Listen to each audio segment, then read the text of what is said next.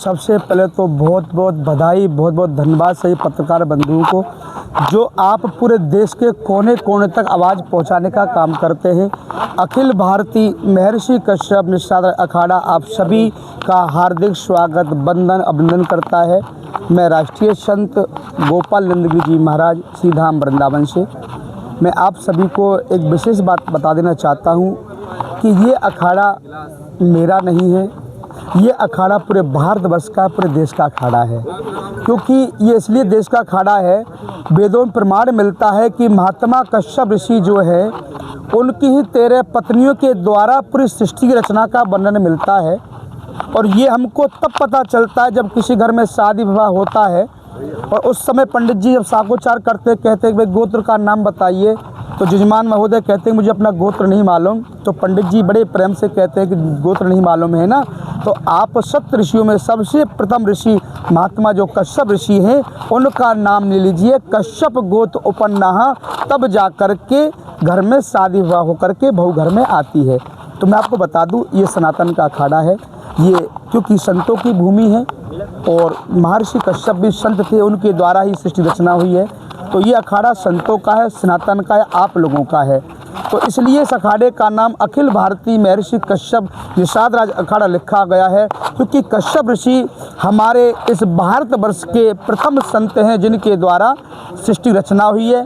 और भगवान निषाद राज जो हैं वो राम जी के बाल सखा हैं, जो भगवान राम निषाद राज को अपना बड़े भाई के समान मानते थे। और वो जलवंशी राजा हैं, जल, जमीन और जंगल पर तीनों पर साम्राज्य हुआ करता था।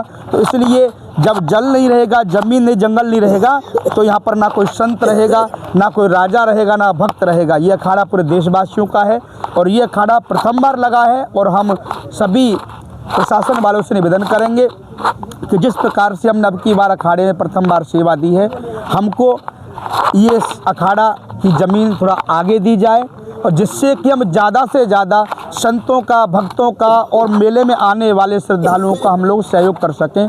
आपको जानकारी के लिए बता दें, इस अखाड़े में रहने की, खाने की, पीने की, सोने की सारी व्यवस्था निःशुल्क, निस्वार्थ भाव से की जा रही है। और पूर्ण तरीक़ा से अब तक सहयोग जो है पूरे देशवासियों का तो है, पर पूर्ण जो श्रेय जो जाता है हमारे निषाद वंश के जो डॉक्टर बीके कश्यप जी हैं, जो आज परिवार के साथ में पधारे हैं। मैं बहुत बहुत इनका आभारी हूँ। और ये अखाड़ा की शुरुआत प्रयागराज से इसलिए की गई है क्योंकि प्रयागराज तीर्थों का राजा है।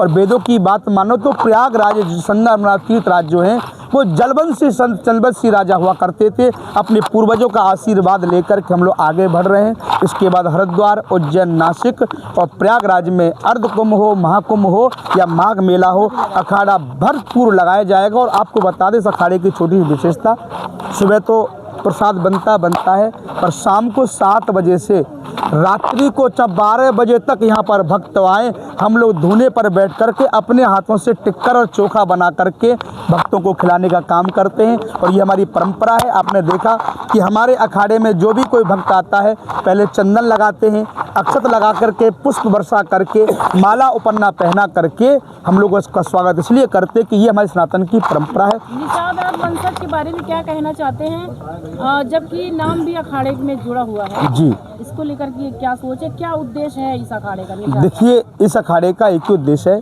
कि हम जितने भी जल, जमीन, जंगल में रहने वाले सब लोग जलवंशी हैं। और जलवंशी होने के नाते जलवंशी जो है, चाहे वो कोई